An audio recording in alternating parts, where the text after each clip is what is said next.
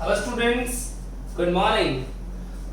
आपका आज की क्लास में मोस्ट वेलकम है। जो हम टॉपिक पढ़ रहे हैं BCom second year financial management में भी आता है और BCom final year management accounting में भी आता है। आइए बात करते हैं हमारे टॉपिक की, जिसकी अभी तक हम 2 क्लासेस ऑलरेडी ले चुके हैं। तीसरी क्लास में आपका मोस्ट वेलकम है और टॉपिक का नाम है कैश फ्लो एनालिसिस।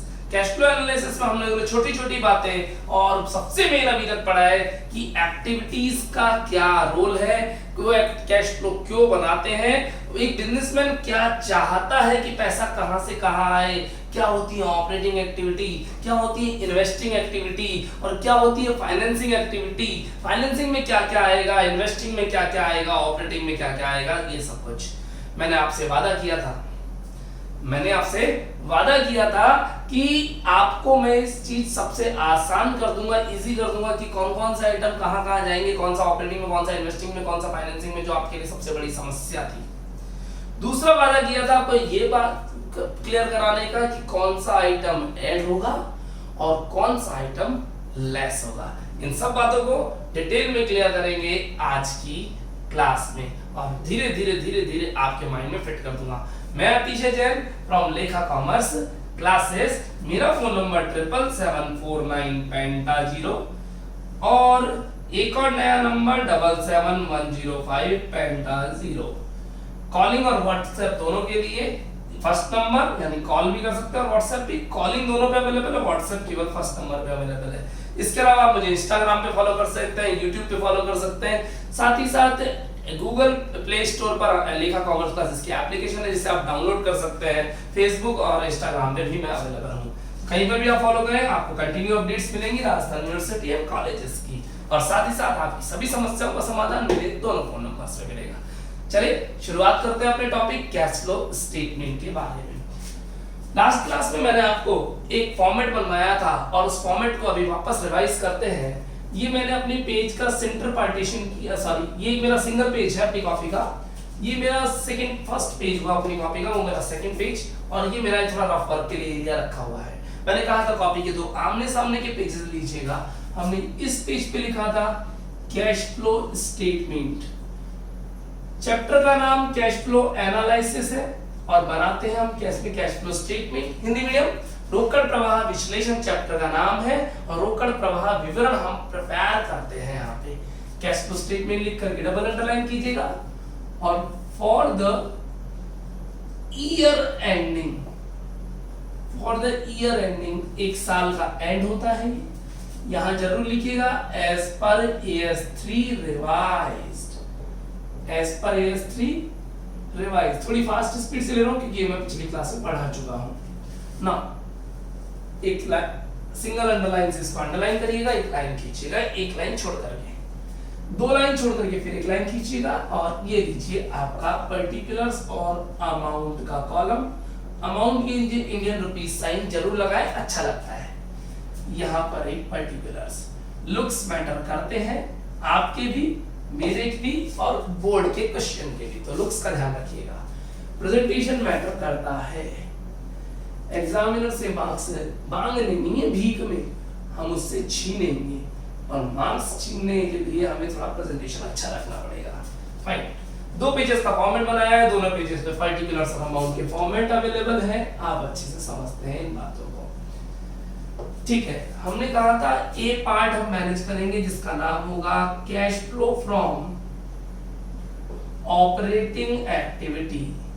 मैं मानता हूं ये टॉपिक आपने 12th स्टैंडर्ड में पढ़ा हुआ है, लेकिन 12th स्टैंडर्ड में इसका लेवल बहुत लो था। यहां हम इसका लेवल कंटिन्यूअसली इंक्रीज करेंगे, बढ़ता जाएगा लेवल, बहुत ज्यादा हाई लेवल है ना। B cash flow from investing activity. Cash flow from investing activity.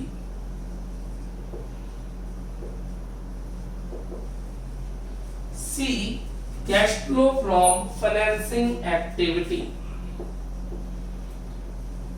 Cash flow from financing activity.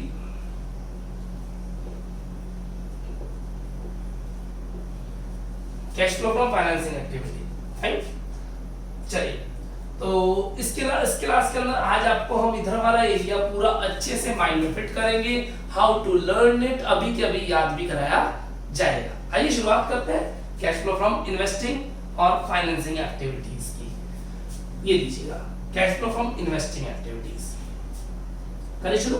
Yes, सुनिए क्या बताया गया था। यहां आती है कौन, फिक्स्ड असेट्स, लिखिएगा नहीं प्लीज, डोंट राइट। यहां आती है फिक्स्ड असेट्स और यहां क्या आएंगे, फिक्स्ड लायबिलिटीज, यही बताया गया था। फिक्स्ड असेट्स के कुछ नाम बताइए जो मैंने बताए थे यहां पर जी। लैंड एंड बिल्डिंग थी, प्लांट एंड मशीनरी थी, फर्नीचर एंड फिक्चर्स था और इन्वेस्टमेंट था। इन्वेस्टमेंट ये था। Fixed liability shares, debentures, bonds और लोन वगैरह थे, यही थे यहाँ पर। इन सब बातों के मद्देनजर हम ये कहेंगे कि land and building, plant and machinery, furniture, fixture, investment के बाद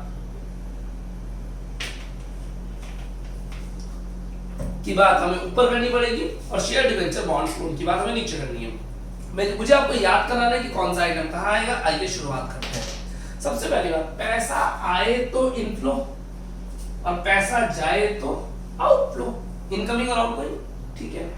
स्टूडेंट्स, आपको यहाँ पर कई बार टीचर्स ने सिखाया होगा कि अमाउंट के कॉलम 2 बनाओ। जी नहीं, अमाउंट कॉलम प्रेजेंटेशन ऐसा ही रहेगा।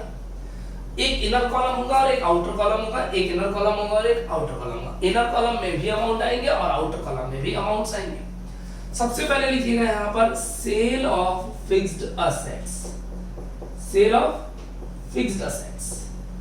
अब फिक्स्ड असेट में सब आ गया, फिक्स्ड असेट में सब आ गया, लैंड एंड बिल्डिंग आ गई, प्लांट एंड मशीनरी आ गया, फर्नीचर, पिक्चर्स आ गया और आपका इन्वेस्टमेंट भी आ चुका है। वैसे तो बताइए पैसा आएगा या जाएगा, इनफ्लो और आउटफ्लो। मनी कैश की बात कर रहा हूं, असेट की बात नहीं कर रहा। असेट तो जाएगी पक्का है, कैश का क्या होगा वो बताइए। इनफ्लो, पैसा आ रहा है, मैंने एक राइट का निशान लगाया।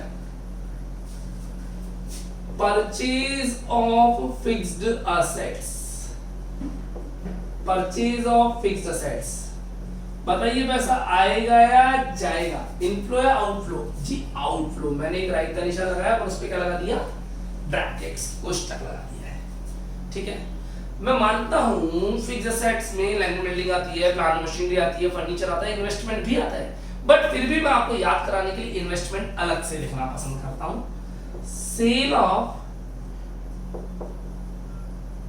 इन्वेस्टमेंट्स, इन्वेस्टमेंट्स, आपने किसी कंपनी के शेयर्स, डिबेंचर, बॉन्ड्स वगैरह खरीद रखे हैं तो वो शेयर, डिबेंचर, बॉन्ड्स यहाँ नहीं आएंगे क्योंकि यहाँ तो आता है हमारी कंपनी के हमने जो इशू कर रखे हैं। सुनिएगा, मैं हमारा लिमिटेड हूं, मेरा ये कैश फ्लो है, अगर मैंने कोई शेयर्स इशू कर रखे हैं यहाँ आएंगे। लेकिन मैंने अगर वीडियोकॉन के शेयर खरीद रखे हैं तो मेरे लिए शेयर्स नहीं है, वो मेरे लिए क्या है, इन्वेस्टमेंट है, वो इन्वेस्टमेंट यहाँ आएगा, ठीक है ना। सेल ऑफ इन्वेस्टमेंट्स, अगर कोई इन्वेस्टमेंट्स बेच दी हैं तो पैसा आएगा। Same like this, purchases of investments, अगर मैंने कोई इन्वेस्टमेंट्स खरीदे हैं तो वो यहां पर आएंगे, पैसा जा रहा है। तो याद करने का तरीका सुनिएगा, यहां पे आपको एक वर्ड याद करना है, दैट इज फिक्स्ड असेट्स, और ये लीजिए, और यहां पे आपको एक वर्ड याद करना है, that is investment. Sale of investment, purchase of investment, sale of fixed assets, purchase of fixed assets, इस तरीके से। अभी यहाँ पर थोड़े से स्पेस खाली है, रहने दीजिए, काम आएगा। अभी इधर नीचे चलते हैं। Issue of securities, issue of securities, मैंने लिखा issue of securities. Securities word use लिया मैंने। सिक्योरिटीज में शेयर्स आ गए, डिबेंचर्स आ गए, बॉन्ड्स आ गए, सब आ गए, सारे इक्विटी शेयर भी आ गए, प्रेफरेंस शेयर भी आ गए, दोनों आ गए। इशू ऑफ सिक्योरिटीज, जब मेरी कंपनी शेयर्स इशू करेगी तो पैसा आएगा, इनफ्लो ऑफ द मनी। जब रिडम्पशन करेंगे, इसी का ठीक उल्टा, redemption, redemption of securities, redemption of securities, securities का रिडम्पशन करेंगे तो पैसा आएगा या जाएगा, तो पैसा जाएगा, that is outflow of the money. पैसा जाएगा क्योंकि आउटफ्लो है मनी का, ठीक है, पैसा जा रहा है। ऐसा ही लोन टेकन के साथ होगा, लोन टेकन बोले तो पैसा आएगा या जाएगा, लोन लेंगे तो पैसा आएगा, इनफ्लो ऑफ द मनी। और लोन का रीपेमेंट करें तो पैसा जाने वाला है, हमें पैसा चुकाना पड़ेगा। ये लीजिए, मैंने कर दिया लोन का रीपेमेंट, डन। तो यहाँ पर आपको फिर दो वर्ड याद करने दीजिएगा। एक वर्ड है हमारे पास सिक्योरिटीज और दूसरा वर्ड है हमारे पास लोन। सिक्योरिटीज और loan, issue of securities, redemption of securities, loan taker और लोन का रीपेमेंट। उम्मीद करता हूँ नहीं लिख रहे होंगे इसको, और लिख लिया तो भी कोई बात नहीं। सुनिएगा, अभी पिक्चर बाकी है, अभी पिक्चर बाकी है। सबसे बड़ी समस्या जो स्टूडेंट्स को 12th स्टैंडर्ड में आती थी वो आप चालू हो, फोकस करिएगा। हम कह रहे हैं फिक्स्ड एसेट्स है, इन्वेस्टमेंट है, सिक्योरिटीज है, लोन है। चारों वर्ड याद हो रहे हैं उम्मीद करता हूँ, थोड़ा ठीक है। अब तो सबसे बड़े शब्द आते हैं जिनका नाम है इंटरेस्ट और डिविडेंड। क्या नाम है? इंटरेस्ट और डिविडेंड आ रहे हैं। मैं आपसे बोलना चाहूंगा इंटरेस्ट और डिविडेंड के केस में कि आप लोग बड़े परेशान होते थे 12th स्टैंडर्ड के अंदर कि इंटरेस्ट और डिविडेंड कभी रिसीव हो जाता है, कभी पे हो जाता है, कभी रिसीव हो जाता है, कभी पे हो जाता है ना। आप ये डिसाइड करना चाहते हैं कि इंटरेस्ट और डिविडेंड कब रिसीव होगा, कब पे होगा, उसकी कैलकुलेशन कहाँ होगी और कैसे लिखना है हमें समझ नहीं आता। मैं वो सिंपल सी चीज सिखाता हूँ। करें स्टार्ट, फोकस ज्यादा करिएगा। अब इंटरेस्ट और डिविडेंड आ भी सकता है और जा भी सकता है। आ रहा है इंटरेस्ट या डिविडेंड, वो आता है हमेशा इन्वेस्टमेंट पर। मैंने कहीं के शेयर्स, डिबेंचर, बॉन्ड्स खरीद रखे हैं तो उस पे इंटरेस्ट या डिविडेंड मेरे पास आएगा, ठीक है, रिसीव होगा। लेकिन इंटरेस्ट और डिविडेंड पे भी करना पड़ सकता है। कब? अगर मेरे शेयर्स, डिबेंचर्स या लोन मैंने किसी से ले रखा है, उनको इशू कर रखे हैं, तो उस केस में जरा समझते हैं। इन्वेस्टमेंट पर इंटरेस्ट या डिविडेंड आता है, तो मैंने यहां लिखा interest slash dividend, interest slash dividend received यानी पैसा आएगा यहां पे, ये लीजिए इंप्रूव, और अंडरलाइन करके मैंने बाहर लिख दिया अमाउंट। बाहर वाला पॉजिटिव भी आ सकता है, नेगेटिव भी आ सकता है, उससे कोई फर्क नहीं पड़ता। बाहर सिंगल अमाउंट आया टोटल, बस ऐसे यहां पर इंटरेस्ट और डिविडेंड पेड, इंटरेस्ट और डिविडेंड पेड। ये बहुत खतरनाक चीज थी, इसको सबसे इजी कर रहा हूं। इंटरेस्ट और डिविडेंड पेड यानी आप पेमेंट कर रहे हैं तो यहां लिखना है आपको, और अब की बार आउटफ्लो होगा वो यहां आ जाएगा, क्योंकि आपको जो इंटरेस्ट देना है वो लोन पे देना है अगर आपने लोन ले रखा है तो, और सिक्योरिटीज वगैरह पे आपको डिविडेंड वगैरह देना पड़ सकता है। तो हमेशा याद रखिए बच्चों, रिसीव्ड पहले पेड बाद में, रिसीव पहले पेड बाद में, रिसीव पहले पेड बाद में, रिसीव पहले पेड बाद में, मतलब रिसीव यहां होगा और पेमेंट यहां होगा। तो एक काम करते हैं, इसको अंडरलाइन करिएगा और लाइए एक स्टार, इसको अंडरलाइन करिएगा और लाइए एक स्टार। याद रखिएगा बाहर वाले कॉलम में फाइनल अमाउंट आएगा और कुछ भी नहीं। डन। मेरी आपसे गुजारिश है, आपने जो मैटर अभी पढ़ा उसको एक बार लिखने की कोशिश करें बिना देखे। आपने जो मैटर पढ़ा उसको लिखने की कोशिश करें बिना देखे, क्योंकि मैं चाहता हूं आपको ये एरिया अभी के अभी याद भी हो जाए ताकि हमें इस बाद में लर्न नहीं करना पड़े। करें याद? चलिए आइए मेरी मदद करते हैं, है ना। सबसे पहले यहाँ पर क्या क्या था पहले याद दिला दूं। एक फिक्स्ड एसेट्स थी, एक इन्वेस्टमेंट थे, यहाँ पर एक सिक्योरिटीज थी और एक लोन था। सिक्योरिटीज और लोन। यहाँ इंटरेस्ट और डिविडेंड था, कैसा? रिसीव्ड या पेड? रिसीव्ड पहले, पेड बाद में। That's all. आइएगा सबसे पहले बताओ, फिक्स्ड एसेट्स पैसा आएगा। एक मिनट सर, इनके अंदर के आइटम ऊपर नीचे लिख सकते हैं क्या? जी हाँ, अंदर के आइटम सब ऊपर नीचे लिख सकते हो, बट इस हेडिंग को ऊपर कर दें या नीचे कर दें, यू कैन नॉट। हेडिंग ऐसी रहेगी कि हम क्या पढ़ रहे हैं, AS3 रिवाइज्ड, और AS3 रिवाइज्ड कहता है you can not change the serial of these things. आप सीरियल नहीं बदल सकते। अंदर सेल ऑफ फिक्स्ड एसेट्स और purchase of fixed assets, sale of fixed assets और परचेज ऑफ फिक्स्ड एसेट्स। ऐसे ही सेल ऑफ इन्वेस्टमेंट्स और purchase of investment, sale of investment और परचेज ऑफ इन्वेस्टमेंट, मैंने आई लिख के छोड़ दिया। और इंटरेस्ट या डिविडेंड रिसीव्ड पहले पेड बाद में, रिसीव्ड पहले पेड बाद में, ये तो सिखाया था। बस बस बस, सेल करेंगे पैसा आएगा, परचेज करेंगे पैसा जाएगा, सेल करेंगे पैसा आएगा, परचेज करेंगे पैसा जाएगा, और बाहर फाइनल अमाउंट। सिंपल। सेम है यहाँ पे भी ऐसा। बोलो सिक्योरिटीज के लिए क्या लिखोगे? Issue of securities, redemption of securities, पैसा आएगा पैसा जाएगा। लोन लोन लोन टेकन, आने दो, लोन टेकन, या और रीपेमेंट ऑफ लोन लिखो या लोन रीपेमेंट लिखो, बात एक है। लोन रीपेमेंट या repayment of loan, loan repay, ये पैसा आएगा ये पैसा जाएगा, खत्म। इंटरेस्ट या डिविडेंड ऊपर था रिसीव्ड, नीचे क्या आएगा बोलो?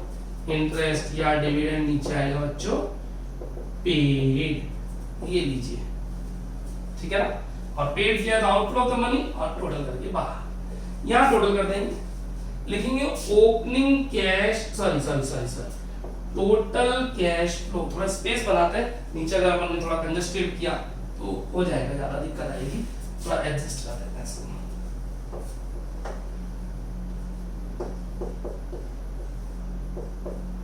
फाइन, ये अमाउंट बाहर आ जाएगा। Now total cash flow, total cash flow में ए बी और सी का टोटल आता है, A plus B plus C. What is ABC? Operating activity, investing activity और फाइनेंसिंग एक्टिविटी का टोटल आएगा। इसमें ऐड कर देंगे opening cash and cash equivalents, opening cash and cash equivalents. Cash equivalents क्या होते हैं? कैश इक्विवेलेंट्स नगद के समानांतर चीजें। लिखवाया था ना परसों की क्लास में, फर्स्ट क्लास में, कैश इक्विवेलेंट्स। कैश आएगा, बैंक आएगा और मार्केटेबल सिक्योरिटीज यानी आपकी एटीएम और पेटीएम दोनों आएंगे।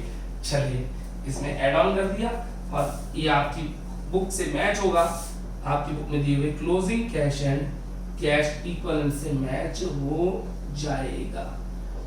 सर मैच ना हो तो आंसर रॉन्ग है, मैच तो होना चाहिए, कैश एंड कैश इक्विवेलेंट से मैच हो जाएगा। सर इसका मीनिंग क्या होता है पूरे का? देखो वेरी सिंपल, साल के शुरू में थे आपके पास 10,000 रुपए पड़े थे, साल भर में आपके पास 3 लाख रुपए गए और 3 लाख रुपए गए और 4 लाख रुपए आ गए, 4 लाख आए और 3 लाख आए, तो नेट साल भर में इनफ्लो कितने का होगा? 1 लाख का। आई रिपीट, 4 आए 3 गए तो 1 लाख का, 1 लाख आ गए। क्लोज, ये 1 लाख साल भर का कैश फ्लो है, ये opening cash and cash equivalents है। तो साल भर का cash flow 1 lakh, opening cash and cash equivalents जोड़ दो 10,000, तो closing cash and cash equivalents 1,10,000। That's the point. Simple कहानी है कि सुबह कितने पैसे लाए थे, दिन भर में कितने एक्स्ट्रा आ गए और नेट आप क्लोजिंग बच जाना चाहिए। बच्चों बात है अगर हम करें सेकंड पेज की यानी इन्वेस्टिंग और फाइनेंसिंग एक्टिविटी की, तो उसके अंदर इतनी ही कहानी है, आपको यही सब कुछ याद करना है। और यही भी क्या याद करना है आपको? फिक्स्ड एसेट्स, इन्वेस्टमेंट, सिक्योरिटीज और लोन, इंटरेस्ट, डिविडेंड रिसीव्ड पहले, पेड बाद में, इतना सा। अब एक सबसे बड़ा क्वेश्चन, स्टूडेंट्स मेरे से पूछते हैं सर अभी कौन सा मेथड करा रहे हो, डायरेक्ट मेथड या इनडायरेक्ट मेथड? मैंने कहीं नहीं लिखा डायरेक्ट या इनडायरेक्ट, कुछ नहीं लिखा। मैंने ये कहा था एग्जाम में ज्यादा कौन सा आता है? Indirect method. बट एक इंपॉर्टेंट बात बोलना चाहूंगा, this page will remain same under both methods. ये पेज दोनों मेथड्स में कैसा रहेगा? सेम रहेगा, यानी मेथड अगर डायरेक्ट हो चाहे इनडायरेक्ट हो, दोनों मेथड में ये बिल्कुल पेज सेम रहेगा। इस पेज में पत्ता भी नहीं हिलेगा, इतना सा भी नहीं चेंज करना, सब कुछ सेम रहेगा। परिवर्तन की आंधी, चेंज कहाँ आएगा? ऑपरेटिंग एक्टिविटी में। डायरेक्ट मेथड में बिल्कुल अलग करना है और इनडायरेक्ट मेथड में बिल्कुल अलग करना है। तो ये मेथड, ये जो पेज चला है, ये कौन से मेथड का है? ये दोनों का है। तो ऊपर एक नोट डाल दीजिएगा, this page will remain same, this page will remain same under both methods, this page will remain same under both methods। both method कौन से? डायरेक्ट और इनडायरेक्ट। इस पेज में कोई चेंज होने वाला नहीं है। अब हम कल क्या करेंगे, यहाँ लिखेंगे इनडायरेक्ट मेथड और इसके अंदर पूरी कहानी अच्छे से सिखाई जाएगी, जो कि थोड़ी सी उस वाले से क्वाइट स्ट्रॉन्ग है, इंपॉर्टेंट है, हार्ड है। चलिए बात करें आज की क्लास की, तो हमने पढ़ा है ऑपरेट, इन्वेस्टिंग और फाइनेंसिंग के अंदर का मैटर। फिर मैं बोलना चाहूंगा आगे की क्लासेस अगर आप देखना चाहते हैं तो इस क्लास को तो मैंने पब्लिक कराई थी, यानी आज सब देख सकते हैं इस क्लास को। इस क्लास के लिए सब्सक्रिप्शन लेने की जरूरत नहीं है। लेकिन अगर फर्दर और रिमेनिंग क्लासेस देखनी है तो मेरी एप्लीकेशन पर आपको मूव करना पड़ेगा, हमसे कांटेक्ट करना पड़ेगा। और कांटेक्ट के लिए फोन नंबर मैं पहले भी दे चुका हूँ, 77749550 और 77105050। कांटेक्ट करें अपने अकॉर्डिंगली, जैसे आपको कंफर्टेबल लगता है। तो ये दोनों फोन नंबर 24/7 अवेलेबल है, आपकी हर तरह की प्रॉब्लम का सॉल्यूशन इन नंबर पे होगा। थैंक यू बच्चों, आज की क्लास में हम इतना ही पढ़ेंगे, रिमेनिंग क्लासेस के लिए कल फिर आपसे बात करते हैं। थैंक यू बच्चों, बाय बाय।